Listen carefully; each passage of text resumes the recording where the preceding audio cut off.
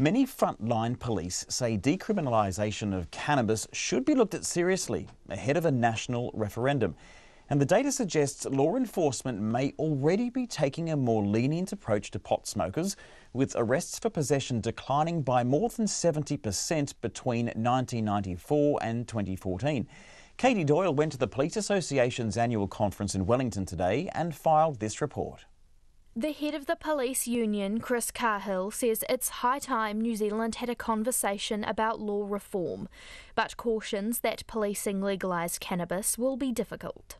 How would you know whether someone had 20 grams or 50 grams, which can be a significant difference? I think it's also worth the public understanding that police officers don't believe this will significantly free up police resources. And then the other thing that really concerns us is the impaired driving by drugged drivers and how you effectively test for that.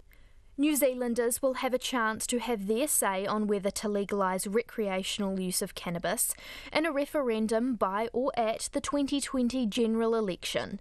It's part of the confidence and supply agreement between Labour and the Green Party. Mr Cahill says that if cannabis is legalised, workplace use and impairment will be a significant challenge for police. We know that if a member of police was tested and found to have cannabis in their system, the question of impairment won't be what the public and the media talk about. It will be the fact that he or she had cannabis in his system, especially if it was after a critical incident such as a police shooting. Despite these reservations, it's clear police attitudes toward cannabis are changing. In the 20 years to 2014, the number of arrests for cannabis per 100,000 head of population dropped by 70%, while the number of people who received warnings rather than criminal charges doubled. Dr Chris Wilkins from Massey University says that indicates police are starting to consider the long-term effects of a cannabis conviction. So I guess that reflects a lot of changes. It certainly has nothing to do with the level of cannabis use. It's how the police, I guess, perceive cannabis use as a prosecutable offence.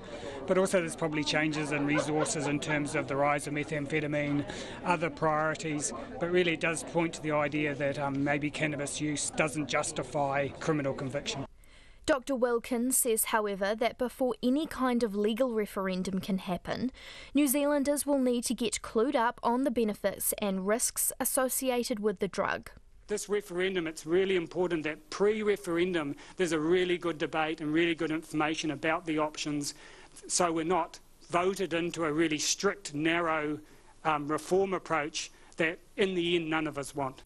Julia Whaiputi from the advocacy group Just Speak echoed that and says it's important New Zealanders understand how severely the criminalisation of cannabis can affect a person and their community. The response to harm caused by cannabis is not to criminalise that behaviour, because that person comes back out and exists within those communities in whānau and often left untreated. Whilst a judge could order a minimal intervention, like you have a few months to do an alcohol and drug course, that's really ineffective, has been ineffective in terms of outcomes within those communities. At today's conference, there was widespread agreement that some type of law reform on cannabis is inevitable. However, what form that will take is still hazy. Ko Katie Doyle, TNA.